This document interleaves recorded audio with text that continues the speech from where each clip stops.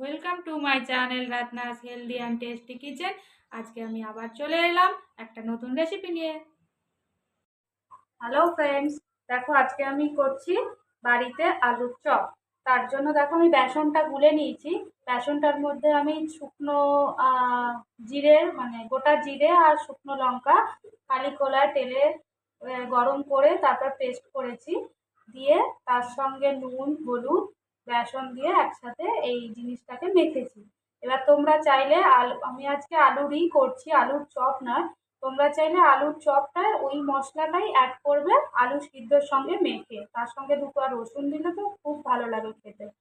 তো আজকে আমি যেহেতু এর বেসনেই এটা অ্যাড করেছি, শুকনো রসুনটা আজকে দিইনি, শুকনো লঙ্কা জিরে আর হলুদ নুন সব দিয়ে বেসনটা আমি তৈরি করেছি। এবার দেখো আলুগুলোকে আমি এইভাবে কেটে নুন জলে চুবিয়ে রেখেছিলাম একটু যাতে ক্রিস্পি হয় আলুটা। তো আলুগুলোকে আমি জাস্ট এইভাবে দেবো। কড়াই দেখো তেল আমি গরম করতে অলরেডি বসিয়েই দিয়েছি। এবারে আমি কড়াই একটু তেলটা গরম হয়ে একটা একটা করে আলু দিতে থাকবো। আলু গরম গরম ভাতে ডালের সঙ্গে এই আলুরই বা আলুর চপ তোমরা যাই বলো আমি জানি না, খেতে খুব সুন্দর হয়। আর একটা জিনিস আমি এটা অ্যাড করেছি, সেটা হচ্ছে ওই শুকনো লঙ্কা জিরে যখন গুঁড়ো করেছি তার সঙ্গে একটু কারি পাতাও শুকনো খোলায় তেলে ওটাকেও আমি পেস্ট করেছি। তোমরা চাইলে ওটা দিতেও পারো, টেস্টটা একটু বেশি ভালো হয়। তো দেখো আমি এবারে গরম তেলে এই আলুরিগুলো ছাড়ছি। এইভাবে পিস করেছি আলুরিগুলোকে, দিয়ে এপিট ওপিট করে বারবার যতবার দেখবে যে আলুগুলো ভালো করে চুপছে বেসনে, ততক্ষণ এরকম করে তারপরে এটাকে ছেড়ে দিতে হবে তেলে।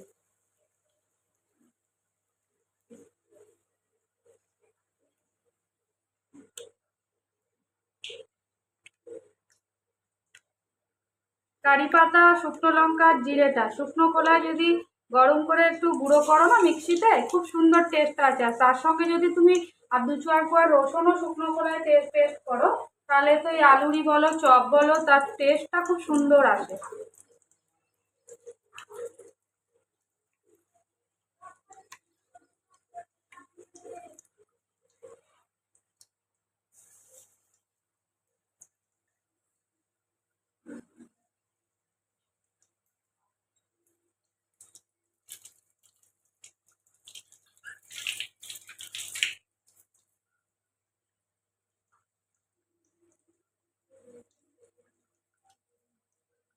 দেখো এটা ডোবেনি বলে এটাকে একটুখানি কড়া এরকম করে দিলাম।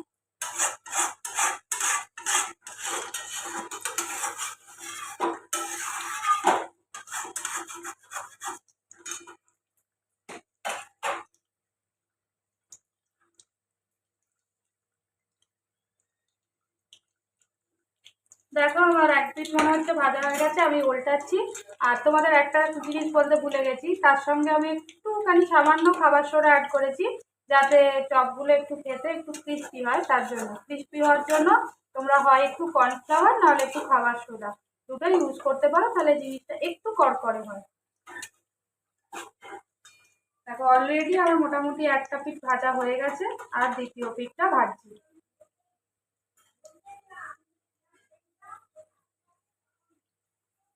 দেখো অলমোস্ট আমার বড়া মোটামুটি রেডি। দেখো কতটা ক্রিস্পি হয়েছে, দেখো ছেড়ে ছেড়েও যাচ্ছে, একটু খাবার সোডা দিয়েছিলাম আমি।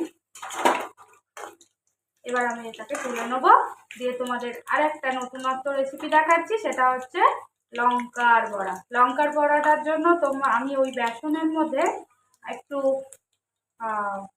অরিগানো আর চিলি ফ্লেক্স মিক্স করেছি। খাবার সোডা কর্নফ্লাওয়ার এই যা তোমার ইচ্ছা দেবে, তার সঙ্গে ওই অরিগানো আর চিলি ফ্লেক্স মিক্স করে তুমি লঙ্কার বড়া ভাজবে, খুব দারুণ টেস্ট হয়। চলো আমি দেখাচ্ছি তোমাদের নেক্সট লঙ্কার বড়া।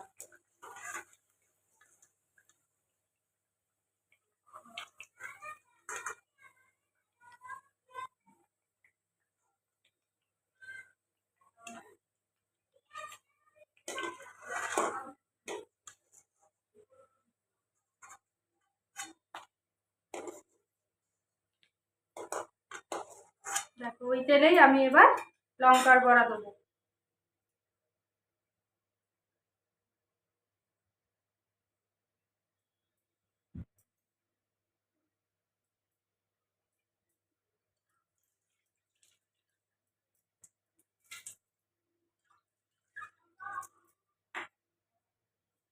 যারা ঝাল খেতে ভালোবাসো তারা তো খুবই ভালো লাগবে তোমাদের এই লঙ্কার বড়া। তো এই দেখো আমি গোটা গোটা এরকম লঙ্কাগুলো নিয়ে নিয়েছি।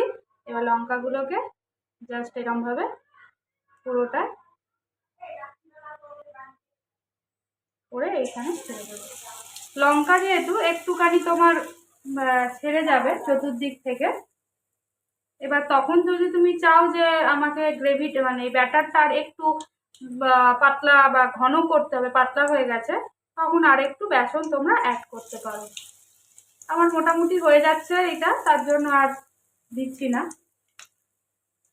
ভাতটা একটু গরম, সাথে এই লঙ্কার বড়া আর আলুর চপ আর ডাল খেতে খুব অসাধারণ লাগে, বিশ্বাস করো।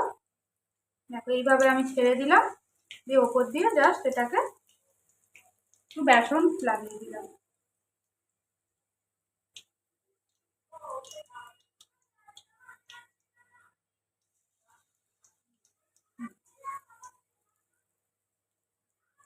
দেখো এটা আবার এক পিঠ ভাজতে দেবো। দেখো লঙ্কার বড়াগুলো এক পিঠ ভাজা হয়ে গেছে অলমোস্ট। এবার আমি বড়াগুলো আস্তে আস্তে উল্টে দিচ্ছি। বেসনটা না যত তুমি হাতে ফেটাবে তত বড়া আরো বেশি ফুলবে। যেহেতু আলুর চপে অত দরকার হয় না, কিন্তু লঙ্কার বড়ার তুমি যদি ভালো করে যত বেশি বেসনটাকে ফেটাবে না, লঙ্কার বড়া তত বেশি ফুলবে আর খেতেও ভালো হয়, মুচমুচে হয়। তো দেখো ওই পিঠটা ভাজা হয়ে গেছে, এবার আমি দ্বিতীয় পিঠ ভাজছি। দেখো আমার লঙ্কার বড়াও ভাজা হয়ে গেছে। তো আলুর চপ আর লঙ্কার বড়া দুটোই আমার মোটামুটি রেডি। এরকম লাল লাল করে একটু ভাজলে করকরেটাও ভালো হয়, খেতেও খুব দারুণ লাগে।